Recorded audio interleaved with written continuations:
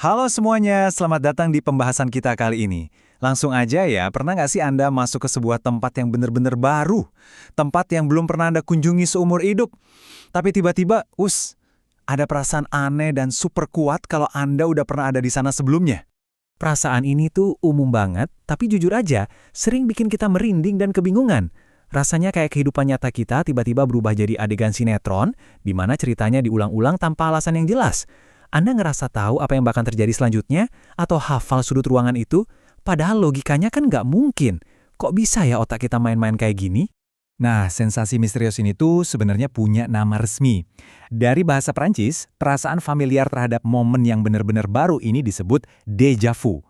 Karena hampir semua orang pernah ngalamin ini, topiknya jadi menarik banget buat dibahas. Oh iya, pembahasan kita hari ini juga terinspirasi langsung dari sebuah pertanyaan simpel tapi mendalam dari seseorang bernama Ryan David. Dia nanya, kenapa sih déjà vu ini sebenarnya bisa terjadi? Pertanyaan dari Ryan tadi itu titik awal yang bagus banget.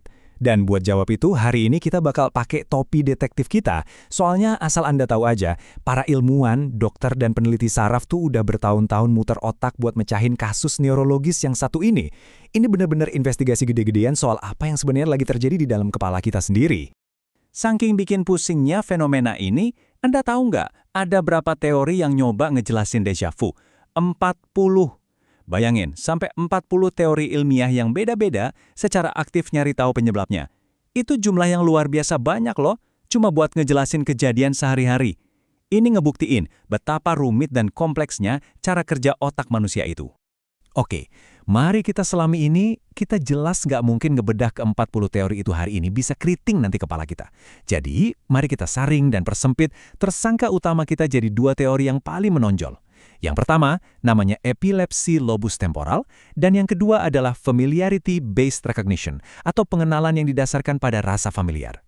Kita mulai dari tersangka pertama kita, epilepsi lobus temporal.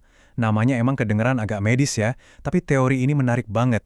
Dia ngelihat déjà vu itu bukan sebagai hal mistis atau ajaib, melainkan kayak semacam glitch atau kerusakan teknis sesaat pada perangkat keras otak kita sendiri. Penjelasannya gini. Menurut medis, déjà vu itu sangat berkaitan sama area di otak kita yang namanya lobus temporal. Pas kita ngalamin déjà vu, itu terjadi karena ada semacam kejang minor atau korsleting kecil di area tersebut. Prosesnya mirip banget sama yang terjadi waktu orang ngalamin epilepsi. Jadi, otak kita benar-benar kehilangan konsentrasi penuh buat sepersekian detik. Dan lompatan sinyal yang nggak sempurna inilah yang akhirnya ngipu pikiran kita dan memicu sensasi déjà vu yang kuat itu. Sekarang, kita pindah ke tersangka kedua yang pendekatannya beda 180 derajat. Ini bukan soal korsleting fisik di otak, tapi murni soal psikologi dan persepsi kita.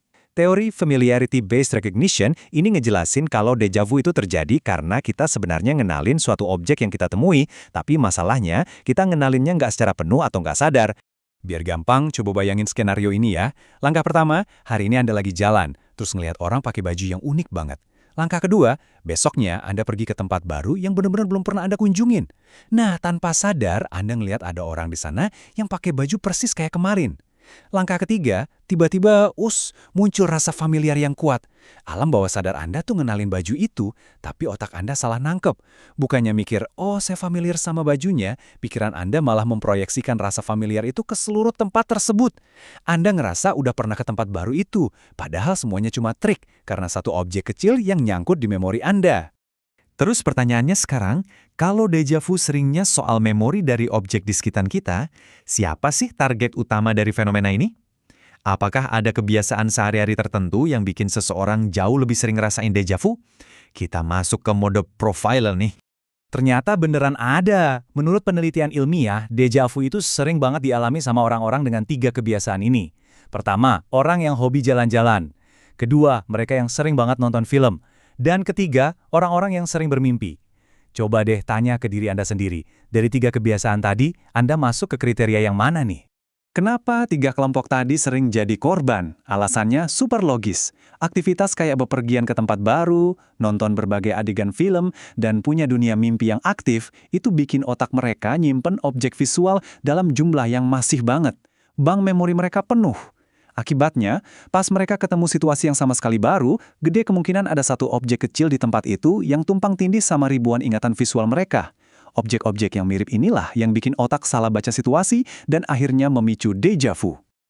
Keren banget kan? Ternyata perasaan yang kerasa mistis dan membingungkan itu mungkin cuma sekedar trik dari ingatan visual kita sendiri yang terlalu kaya, atau cuma lompatan sinyal sesaat di lobus temporal. Sebagai penutup, saya mau ninggalin satu pertanyaan nih. Sepanjang dengerin pembahasan kita barusan, ada nggak sih dari Anda yang tiba-tiba ngerasa déjà vu? Kayak ngerasa udah pernah dengerin narasi ini sebelumnya? Daripada ngerasa aneh sendirian, mending langsung ceritain pengalaman déjà vu Anda di kolom komentar di bawah ya. Terima kasih banyak udah nyimak dan belajar hal baru bareng saya hari ini.